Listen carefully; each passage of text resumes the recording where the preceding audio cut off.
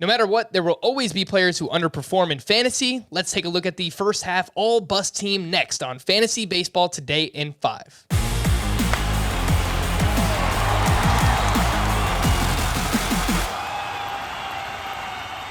Welcome into FBT in 5. As always, make sure to follow and stream us on Spotify. Today is Tuesday, July 13th. I am Frank Stanfield, joined by Chris Towers. And let's start off with a corner infielder, Chris. First base or third base, the biggest bust from the first half. Who you got? I think it's got to be Cody Bellinger, doesn't it? I mean, I know, you don't want to pick on guys who've been injured necessarily, and he did have that calf / shin injury that kept him out for a while, but Cody Bellinger hasn't been good when healthy, and it's hard to argue that the injury is why that's been the case. And this is, in some ways picking up where he left off from last season, where he really struggled to follow up that MVP campaign in 2019, except he still had the low K rate in 2020. Amidst all the other things that went wrong, at least he had that going for him. Now it's 27.7%, which is actually the highest of his career. He's not, this is a situation where I think Cody Bellinger's a buy low candidate, but I cannot in good faith tell you that I have good reasons why he's performing well right now, and it's just not showing up in the numbers the way I could have with Juan Soto a month ago. He's not playing well. He needs to hit a lot better than he has been. I have faith that he will because he's a talented player, and that's why I'm willing to buy low. But it's entirely possible this is just a lost season for Cody Bellinger, coming off shoulder surgery, dealing with that early injury. Maybe he just never gets right. Yeah, I think the shoulder surgery could definitely be one of the main factors here for Cody Bellinger's just entirely slow season to this point of the season. He's batting 176 through 34 games. Let's slide over to the middle infield, second base, and shortstop. Chris, who do you like there as the biggest bust so far? I think most people would think Francisco Lindor because he was such a high-profile early round pick because he got the big contract from the Mets, but you look, he's played 86 games, the last 43. He's on like a 31 homer, 120 or 230 run plus RBI pace. He's hitting 270. He's got some steals. So he's basically been Francisco Lindor for about half the season. Gleyber Torres hasn't been good at all this season, really, for any stretch. I don't even want to say he hasn't been Gleyber Torres because the problem is he's kind of been 2020 Gleyber Torres this season. The problem with that was Gleyber Torres wasn't good in 2020, and I thought it was just an aberration. He's still so young, and there's still room for him to turn it around, but he's not hitting the ball well at all. He's in the 8th percentile in average exit velocity this season, 16th in hard hit rate.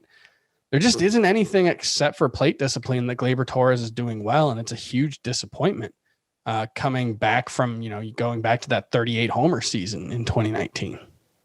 Gleyber Torres currently has 3 home runs in 77 games. That's less than Ramon Arias, Mauricio Dubon, and Adalberto Mondesi, who has played 67 less games than Gleyber Torres. Yeah. At the outfield position, Chris, I think we're kind of in agreement here. Christian Yelich is a first-round pick. He's been one of the biggest letdowns.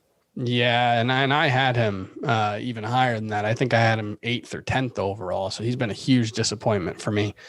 Unlike Bellinger, I think you can point to some stuff with Yelich and be optimistic about it. He is still hitting the ball very hard, even if it's not quite where it was, in 2019 or even 2020 when he still hit the ball very, very hard.